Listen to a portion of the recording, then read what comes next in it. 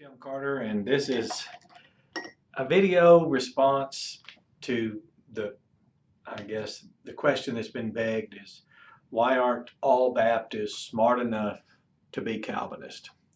And I was thinking, well, I'll try to answer it as best I can, because I'm too smart to be an Arminian and I'm not smart enough to be a Calvinist. So I fall somewhere short of the heights of soteriological constructs.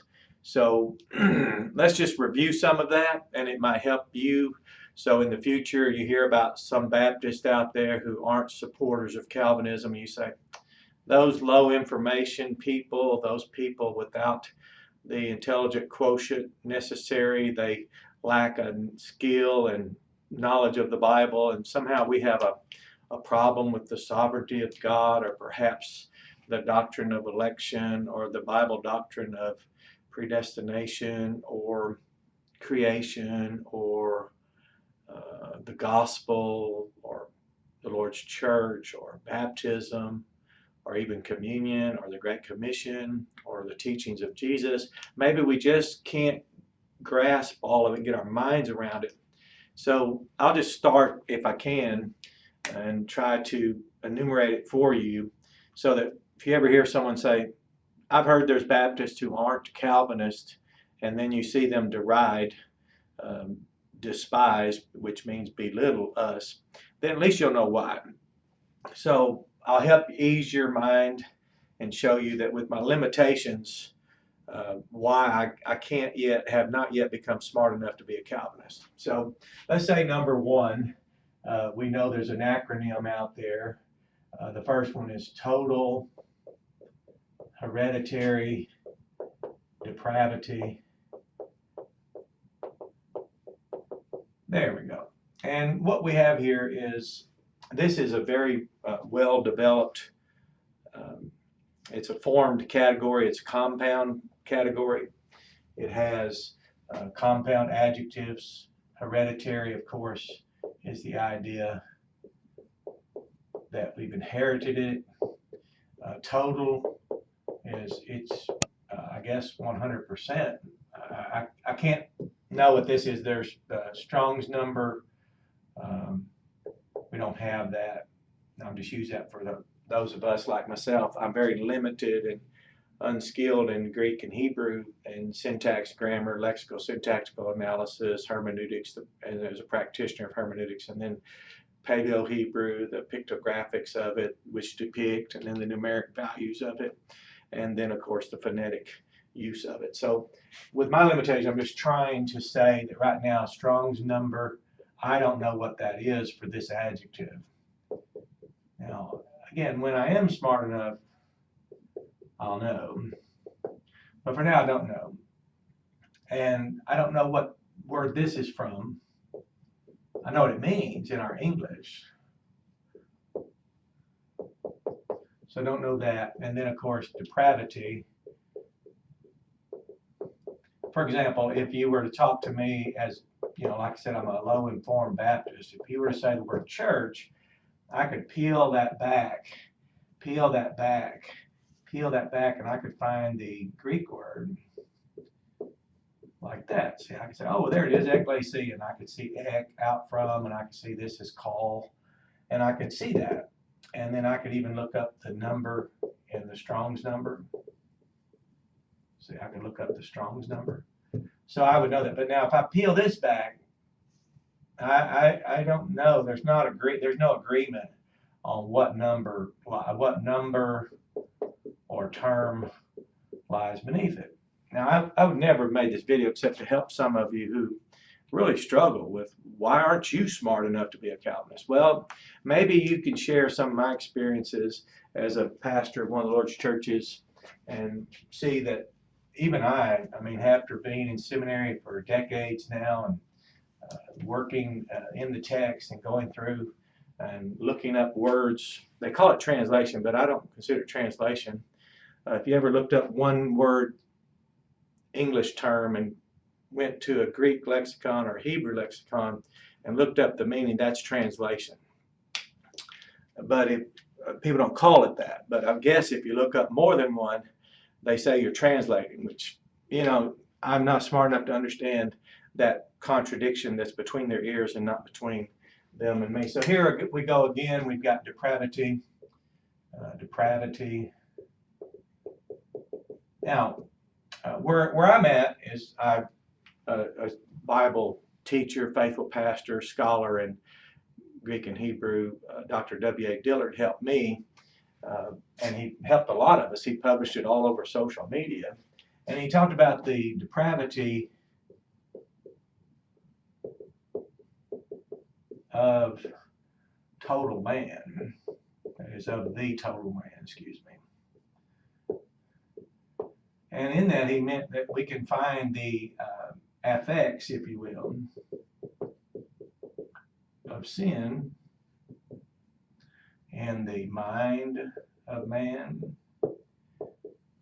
the spirit of man, and in the body of man. It's called a body of sin. Our spirits are dead, our minds are darkened.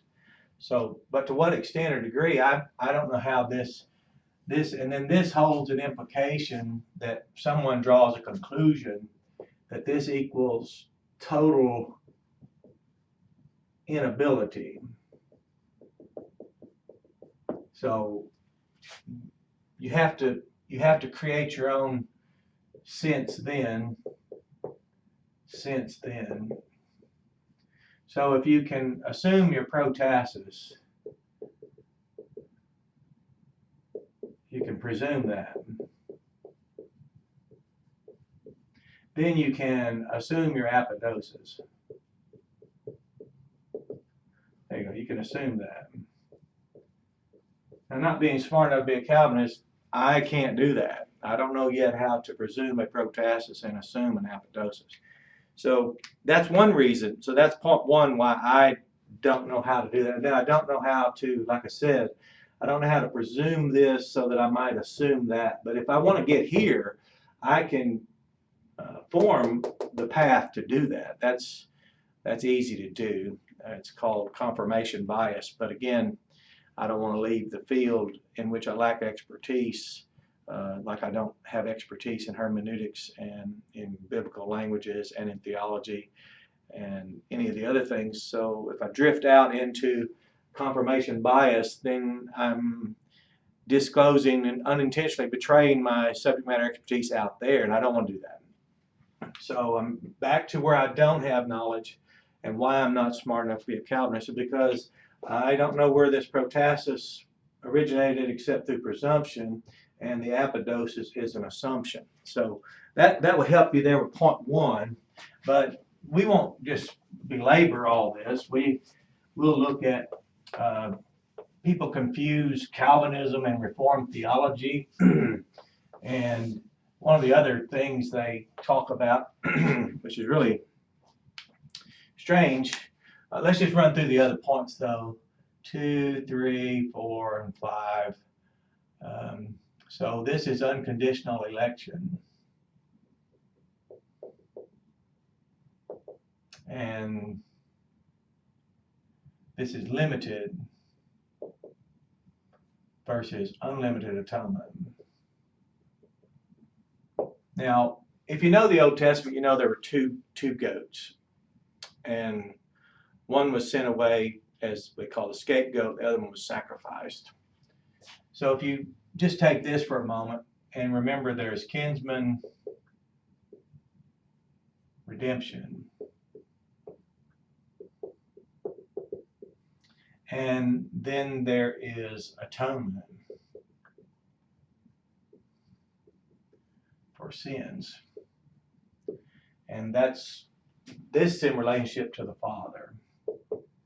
Jesus satisfied his Father for all the sins of the world. There aren't any sins for which Jesus did not quench the wrath of his Father. He quenched his Father's wrath with his own blood. So if you think about this, let's say there's approximately 110 billion people who lived on the earth to date. and let's say at 613 law codes, 613 law codes, at 5 ways to break them, 5 ways with our heart, our soul, our mind, our body, and our strength. And we have at 1 infraction. You remember the Bible says we're guilty at 1 point, we're guilty of the whole law, so all 613. 1 infraction. And let's say you're a better person than I am, and let's say you only commit 1 infraction a day.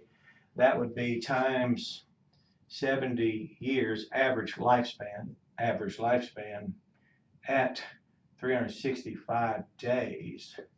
So let's multiply that out. Let's take 110 billion people times 613 law codes and the 5 different ways that we can commit an infraction. Let's say you're a better person than I am and you're guilty of 1 point of the law, at least 1 a day, for an average of 70-year lifespan at 365 days. You know, you probably don't know anybody who's even cared to calculate that. And that's why I say I just am not smart enough to be a Calvinist. Now, I can magnify the Lord. I can show you the sufficiency of the sacrifice of Jesus and how sufficient that sacrifice was to satisfy his Father. I can preach and take you to the Old Testament and to the New Testament, John 3:16, by the way.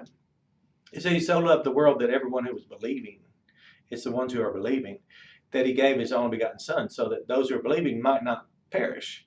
So he made a provision for those who were already believing. But if you go to John 20:31, that was written so that you might cause yourself to believe. So who wouldn't want to trust someone who gave his life to redeem his people?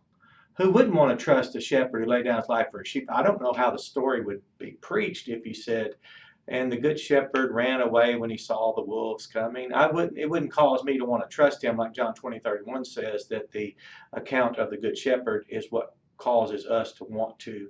It's written so that we might, the purpose that is, we might now cause ourselves to liberate. So I did that. So here, I don't know how to talk about this, since that again is not there in the Bible.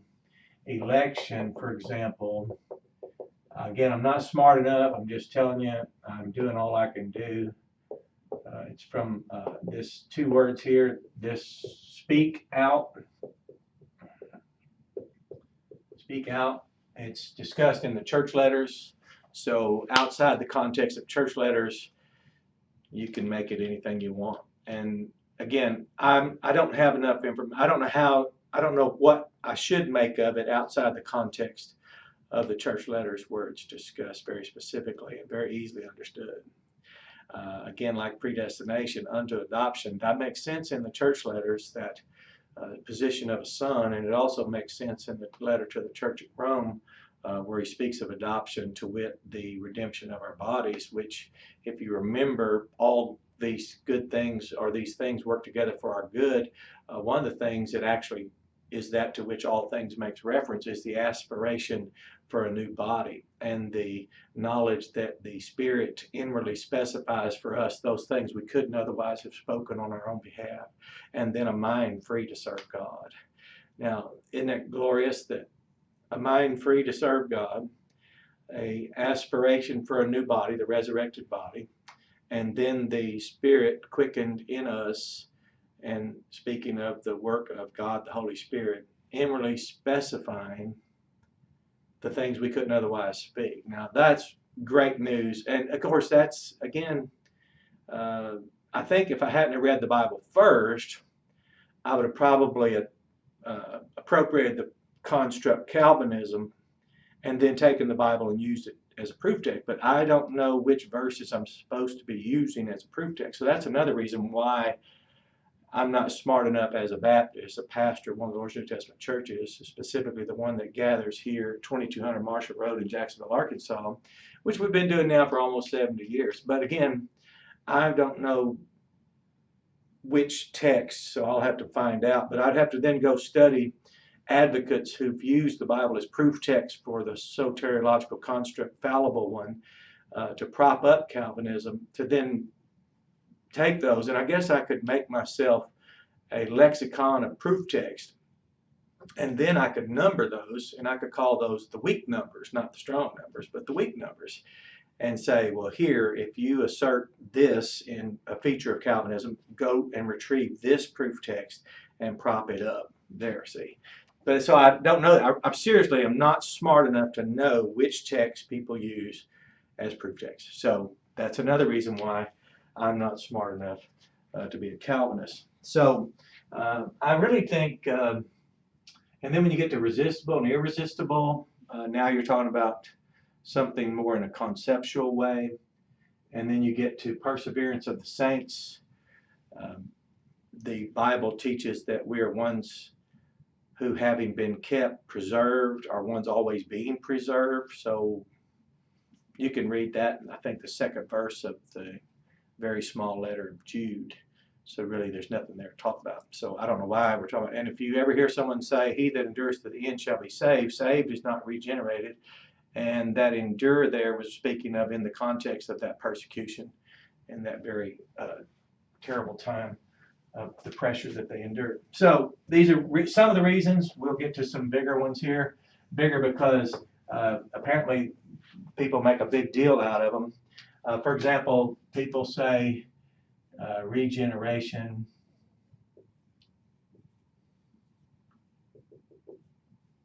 precedes faith. That's a complete blunder there. Not a big one. It's just because there's no one out there except people like me. See, I'm very ignorant of where this originated. It's not in the text. You say, oh, wait a minute, Brother Carter, I saw a video, 1 John 5:1, where every one who is believing has been previously fathered and remaining or continuously being fathered, remaining fathered. That's a perfect tense verb, passive voice. So, and remaining fathered, it's something always happening. This is always believing. So what we learned is, or what I learned, now again, I don't know what else to do about it, but the finite verb of John 20:31, for example, yes, we have that. Then we have the new birth here, or being fathered more correctly. Here, see, we have that here. And then we have the believer, the one who is believing. So that's close. Regeneration, that's close. It's just, again, I don't know. I'm not smart enough to assert that because I don't have a text. And I don't know where the text is. And I wouldn't even know why someone would pretend to be personally incited or offended by the evaluation of a construct called Calvinism. They don't own it. They're not John Calvin. They weren't born centuries ago when this was written. So it's construct appropriation is a lot like political partisanship. Some people can so identify with their political party that you might forget they never studied political science. And you might go, let's say, to a rally where they're so fired up by their base and they're so energized that they might actually harm you. That's why they have security there. And if you go to a college football game, you'll notice there's security. And as I taught my sons, don't forget, there are people here who might forget this is a ball game.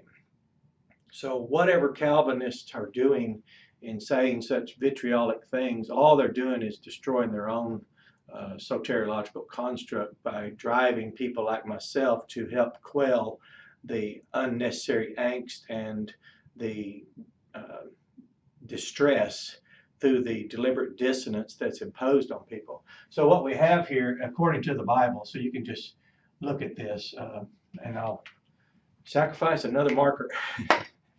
I'll sacrifice. So here we have believe,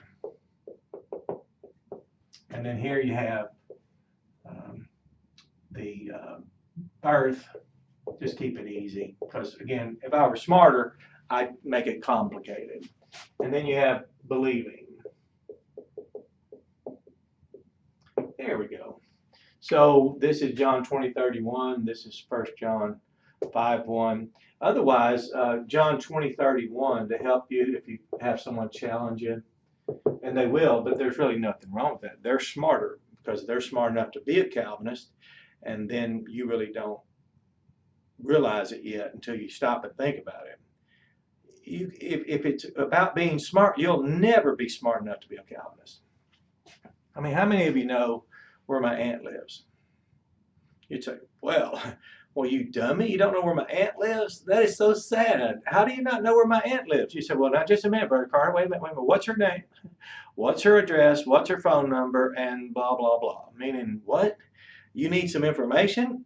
You don't have it? Well, that's why when someone asserts something, like regeneration precedes faith, are we talking about the finite verb? Are we talking about the participle? Give me some information here. Or you just watch people just scratch and claw in reaction against it. It's the most ignoble expression of conduct to react. When you're trained upwardly in one of the Lord's New Testament churches, in a church that becomes conformed to the image of Christ, grows up to full measure of his stature, has elderly ones in the church, strong ones in the faith, pastors who have the aptitude to teach, things like that. You'll notice that this stuff outside is similar to what goes on in a stadium when you're trying to just get your children back to the vehicle and go home, while the law enforcement officers have to take those people who are unruly and somewhat off the rails, unhinged, if you will. So John 20:31 would have said in order that, now that's a little clause, hina clause. That's not a dot, that's a diacritical. In order that, and then this is where it would have said, the ones who are believing, the ones who, well, here would even be a perfect tense, having believed, there you go, who having believed are, who having been fathered, yeah, here we go, who having been fathered, fathered, and remaining fathered. Sorry about my writing. I'm trying to get in a hurry because I don't want to tie up your time. Having been fathered, see, out from God, that's ek, and that's to theu, for those of you that are working on your grade. Out from thee, God. Out from thee, God. Now, then it would have said, in order that the ones who having been fathered and remaining fathered out from thee, God, might believe. See that? I can prove that irrefutably. Not even my I admire Dr. James White so much. That's a man that is on the front end of the pointy end of the spear, and everyone knows that the end that leads is the end that bleeds, and he's gone out and certainly placed a large footprint on our planet and now our cyber planet. And you know, some people deserve to be incited by him. Some people deserve to have their schema shaken. And now he actually is a scholar in the Bible, not simply someone that can be reduced to just an advocate or supporter of Calvinism. So, but he couldn't change this fact, because in 1 John 5:1, John used the very language to make it very clear. Now I'm speaking of people having been fathered, and he used a finite verb, have been fathered, perfect, and a passive. That's a finite verb there. And then in that same text, he used participles.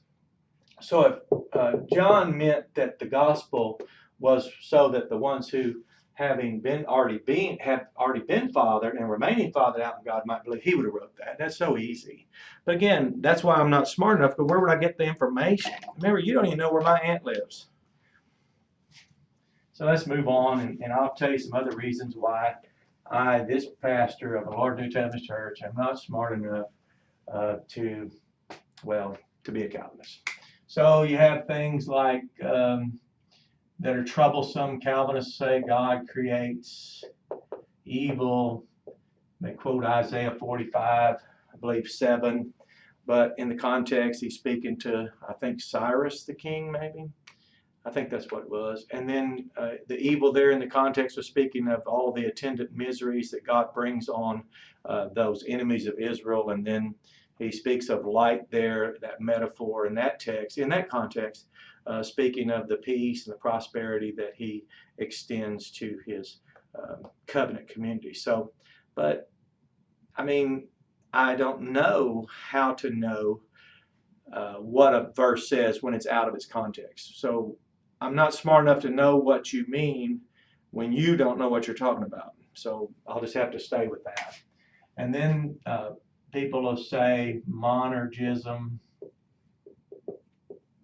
versus, what is that? Another marker bites at us, versus synergism. Now, those of us that had to endure education, went to school, forced to go to college like I was, and then multiple colleges, multiple degrees, different seminaries, and like myself, Dr. Mark Crook of Louisiana Baptist University, the Dean of the Biblical Counseling Psychology Department. He's a brilliant and very compassionate, and he helped me open a whole door to extend my education that was begun in the Missionary Baptist Seminary in pastoral counseling under Dr. John Penn.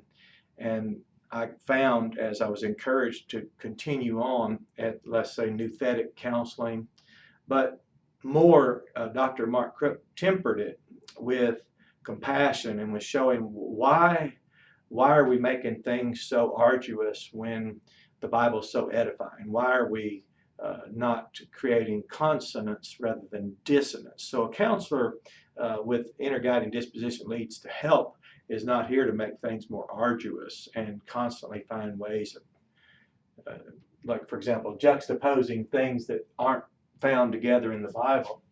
First, this word doesn't exist. This is a common word in the New Testament, but there's a text that said it's the work of God. So we have work, ergo. It's the work of God, in order that you might believe. Now, believe is interesting. It's not a work word. It's, well, the word pisteuo,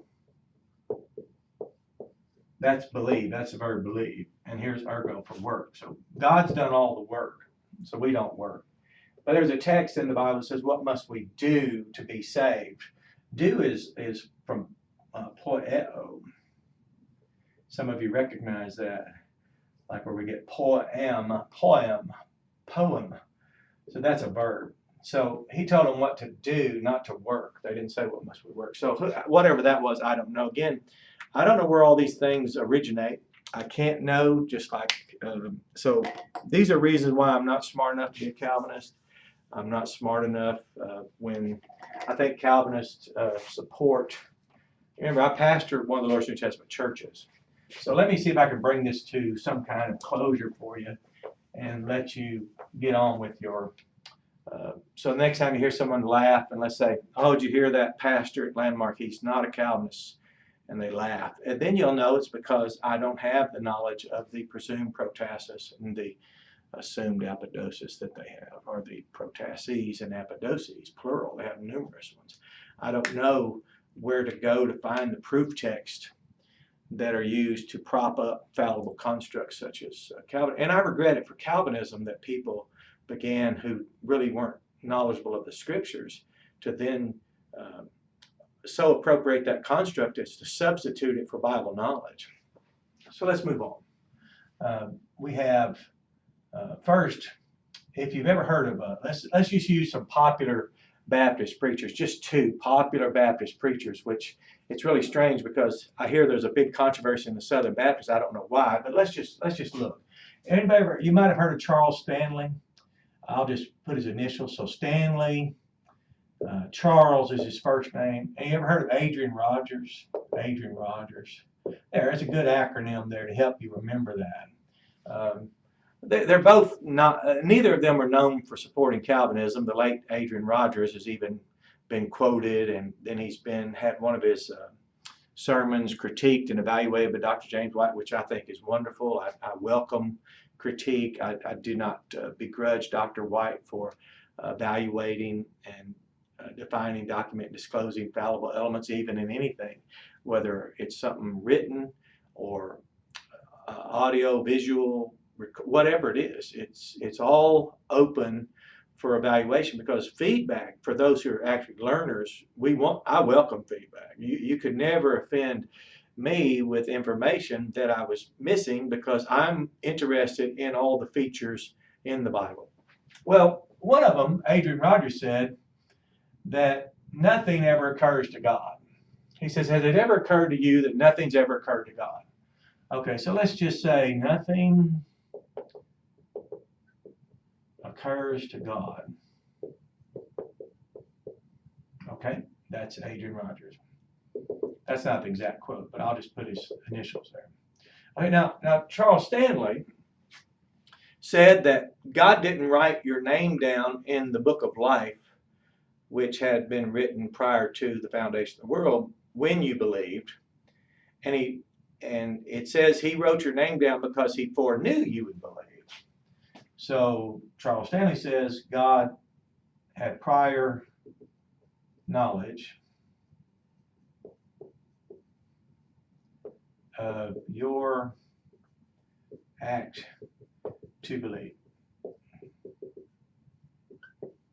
Okay, now that's not a quote. That's just kind of a core elements of what he said. So there's Charles Stanley.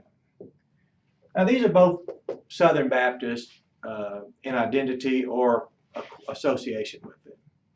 So why is the Southern Baptist so divided over Calvinism, when this means that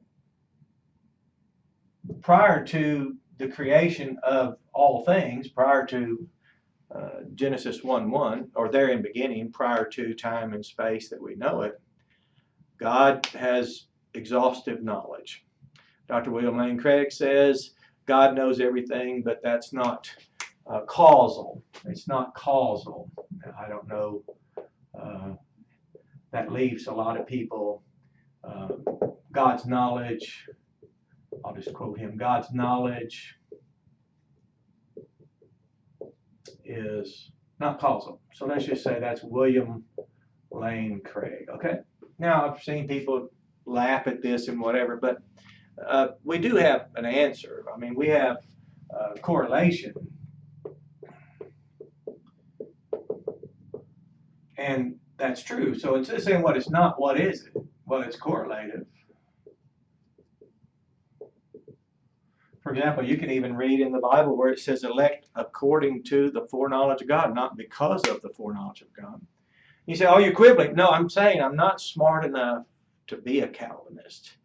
I'm not smart enough, because if I know the features of the Godhead, and I've studied the Godhead, and I know he's omnidimensional, I know he's omniscient, he's the omniscientist, I know his knowledge is infinite, he knows more than everything, I know he's the living God, then what's all this fight about? So here, as one brilliant young man came to our church, we were talking once, and I was asking questions to help the class, and I was speaking. So here what we've got is, if you open your Bible up, in beginning God. You can go into your Bible, book of Revelation, you see people cast into a lake of fire. So not everyone ends up in heaven. Wow, what's the big deal about that? Anyone can open the Bible and see that. But the question is, well, how do you get there? How do you get there?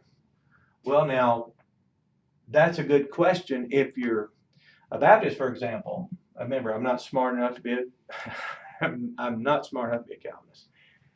And if I know the Godhead includes the omnis of God, and that's benevolent, he's omnibenevolent, benevolent, he's omnipresent, he's the omniscientist. If you don't mind me, I love writing that. He's the omniscientist. So he's present, he's omnipotent, omnipowerful. But now you just ruined all of your constructs. You've ruined all of your contradictions and all that catalyzes the dissonance that's necessary on which participation co-depends.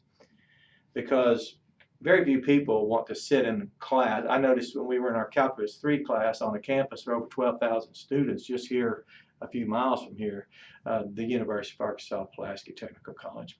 Anyway, I noticed there were just like a handful of us in there. And it never occurred to me to say, well, you know, there's practically the entire campus is here and none of them are in this class. So what is it? Lack of interest? Yes, absolutely. And it's critical thinking. You have to go home and do iterative practice. You have to do the assignments. You have to review the core elements. You have to go back to prerequisite knowledge. You have to go back to features and even elementary algebra that you might need as late as third Calculus 3. You have to go back to your college algebra. You have to go back to your trigonometry, and you have to then, even later in Calculus 3, you might be using trigonometric substitution. But who wants to think when we can just banter? So I'm not smart enough to banter. I always thought it was a lewd thing of a baser sort, but apparently it's a high thing. So I don't do it. So how do we get there? I mean, if God is all this, and if God is holy, holy, holy, and he is, so he's holy, holy, holy. Well, what happens is we all know that what's between here and there is faith comes by hearing, hearing by the word of God. So we have the gospel. And so I don't separate with people over Calvinism that they don't understand and Arminianism that they don't understand. And where I've never met two people who say the same thing twice. But if you reject justification out from the faithfulness of Christ, Galatians 2:16, that's a different gospel. If you reject the righteousness of God that we become in him, that is the one who knew no sin, Jesus Christ, who came to be the sin offering for us, the just one for the unjust one, then you've rejected the righteousness of Christ. If you reject that Jesus has fulfilled the law, fulfilled all righteousness with all his heart, soul, mind, body, strength, that includes all 613 law codes that he fulfilled, not just kept, he fulfilled it. You imagine the presumption of a religious person saying, I'm keeping the law. Whoop-de-doo, no life comes from keeping the law. My relationship with the commandments of Christ are out of love, which energizes my fidelity. So without love, we have nothing to energize our fidelity. That's also taught in the Bible. So we have the gospel, people who believe it, we baptize them. Remember, I'm a baptizer. Someone said that they think Baptist is a denomination. So I said, do you think evangelist is a denomination? They said, of course not. I said, well, who taught you Baptist, which is a Bible word, like evangelist, which is a Bible word? Why don't you say evangelist is a denomination? Now, until people start calling evangelist a denomination, then I will never call Baptist. Man, I'm not smart enough, okay? So here we have, we baptize those who believe it, and we have kinsman redemption. Well, when you're fathered, here's kinsman redemption here. And if you don't mind, I'll just use some initials because I just don't have a big enough board or brain to keep all this worked out.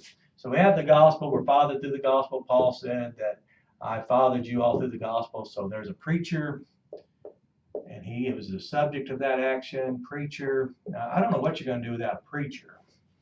That's been so marginalized, minimized today that people really do their best to just suppress the truth. But Paul said he, the subject, fathered those ones in Corinth, that called out body of baptized believers come together, which is what always results from the preaching of the gospel. And then the kinsman blood's applied to those who are fathered. He said, I fathered you. So the gospel was the instrument and means through which he fathered them. And then you say, oh, wait a minute. So there's always someone throws something in. But remember, if God exhaustively knows, and so God knows all things. Now, I'm just quoting two popular, considered moderate,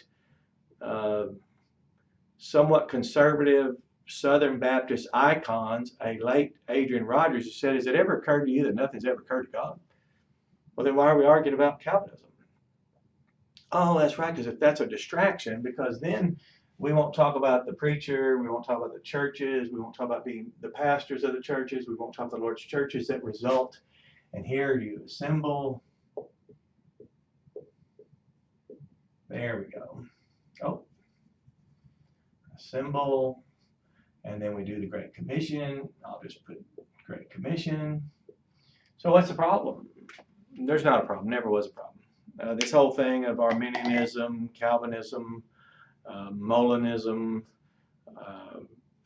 I don't know. Maybe you need to take a class called Soteriology 101. Maybe Southern Baptists need to just say, hey, why don't we just not be smart enough to be Calvinist? Why don't we just go back and the men God called to preach the gospel, why don't we preach that correct message? Why don't we go back to the death, burial, and resurrection of Jesus Christ? Why don't we go back to faith into Jesus Christ? And those who will trust into him are declared right out from him. Why don't we go back to the baptism of Luke 7:30, which says, by being baptized, we declare God right. Our baptism doesn't declare us right. Why don't we go back to faithfully assembling? You know, there's church letters in the Bible. Now, I'm not smart enough to ignore that hermeneutical fact, but it's not impressive enough either. So I think I'll just stop here because I've given enough excuses for why I'm not smart enough to be a Calvinist, and I'm ashamed of myself. And those of you that want to criticize, castigate, despise, belittle, ridicule, and pretend you know something better. You don't know more than the infinite knowledge of God. And as Dr. John Penn said, he doesn't want to participate in any faith that for it to be improved would require the intelligence of God to be reduced. So it's study the Godhead, study the Bible, the church letters, study the gospel, study the teachings of all that becomes valuable, and then it becomes returned. But God knew long before the Calvinists invented that these things, that men would prefer formed categories rather than his inspired categories, those Bible words. Men would prefer things they construct rather than context he inspired. So you have a blessed day, and please, please forgive me.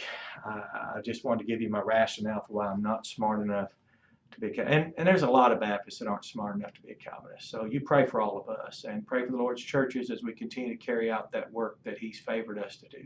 Have a blessed day.